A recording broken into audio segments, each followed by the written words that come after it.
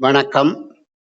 திறமைந்து புலமை பரிசில் பரீட்சை 2024 வினாக்களுக்கான விடை காணும் இலகு வழி தெளிவான விளக்கங்கள் வழங்குகின்றேன். இப்பொழுது 33வது வினாவை பார்வையிடுவோம். ஒரு செவ்வக வடிவ காணி முழுவதும் உள்ளடக்கப்படுமாறு அடுத்துள்ள இரு நிழல்களுக்கு இடையிலும் அடுத்துள்ள இரு நிறைகளுக்கும் இடையிலும் உள்ள தூரம் 11 மீட்டர் ஆகும்.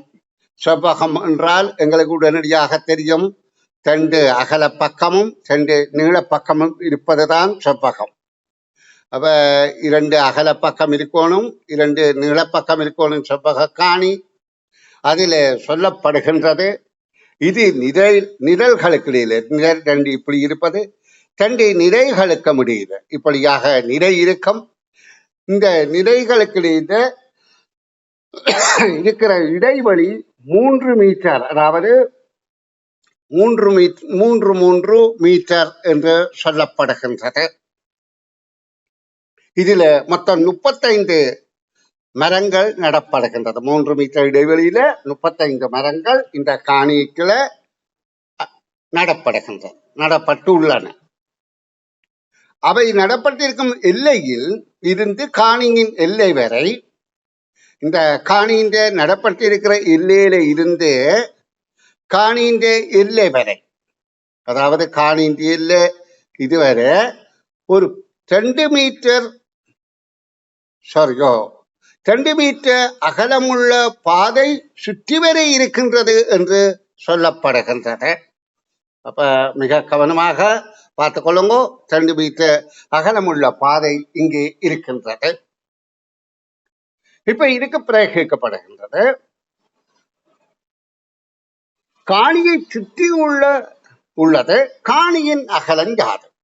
இப்ப நாங்க காணியின் அகலம் என்றால் இந்த காணியில இருக்கிற மரங்களுடைய எண்ணிக்கையை வைத்துத்தான் நாங்கள் காணப்போறோம். ஏனென்றால் செவ்வகம் என்னும் போது அகலம் தர நீளம் என்று கருத வேண்டும். அப்ப அகலம் தர நீளம் என்பதற்கு 35 நாங்கள் எதால வகுத்தால் மீதி இல்லாத விடை வருகின்றது என்று பார்ப்போம். இப்போ 1ஆல வகுக்க கூடாத காரணம் என்னென்றால், 1ஆல வகுத்தால் அது நிறை என்றதாகிவிடும். 2ஆல இதை வகுக்க முடியுமா? மீதி வரும். 3ஆல வகுக்க முடியுமா? மீதி வரும். 4ஆல வகுக்க முடியுமா? மீதி வரும். ஆனால் இப்ப 5ஆல வகுக்க முடியும், மீதி வராது.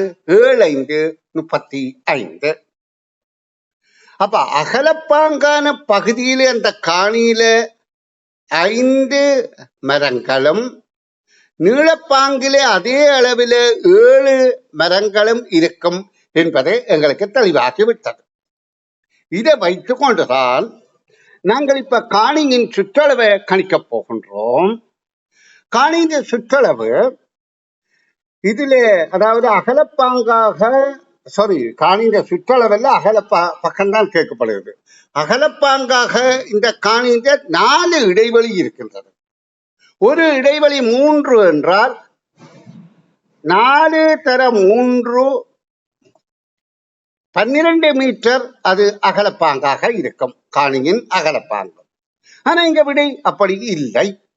அப்ப இதே நேரம் இங்க சொல்லப்படுகின்றது, இந்த பாதையை சுற்றி 2 மீட்டர், அதாவது காணியை சுற்றி 2 மீட்டர் அகலமான பாதை இருக்கின்றது.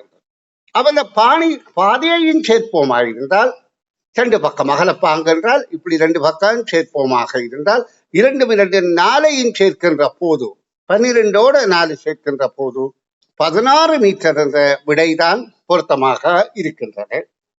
ஆனா இங்க கேட்கப்படுறது காணியின் அகலஞ்சாது என்றுதான் கேட்கப்படுது. அப்ப இந்த பாதையும் சேர்த்துத்தான் காணியாக இங்கே கருதப்படுகின்றது. காரணம் என்னென்றால், எல்லை என்று சொல்லி இல்லை, அதாவது இந்த மரங்கள் இருக்கின்ற இறுதி பகுதி காணியின் எல்லை என்று இங்கு கூறப்படவில்லை. அப்ப காணிக்குள்ளேயே பாதை இருக்கின்றதுதான் கரெக்டாக இருக்கும். இப்ப நீங்கள் கிராமியங்கள்ல பார்ப்பீர்கள், நடுவில் வயல்வெளிகள்ல நடுவிலே ஒரு காணி இருக்கும் என்றால் அதிலே வரம்பு என்கின்ற பகுதி இருக்கும். அந்த வரம்பு என்பது அடுத்த காணிக்கும் இந்த காணிக்கும் உரியதாகத்தான் இருக்கும், நடுவில இருக்கும். ஆனா இங்க அந்த காணியோட இந்த வரம்பும் கணக்கிடப்படுகின்றது, அந்த பாதையும் கணக்கிடப்படுகின்றது. ஆகவே கேள்விக்கான விடை 16 மீட்டர் என்பதே பொருத்தமாக இருக்கும். இல்லாவிட 12 இருந்தால் காணியின் அகலம் எங்களால் இந்த அதாவது காணிகள் எல்லையிலே சரியா நிற்கிறது என்று கணித்து முன்னாங்க 12 என்று சொல்லலாம். ஆனா இங்க அதோட 2 கூடி 16 என்ற இரண்டாவது விடையே பொருத்தமானது. நன்று.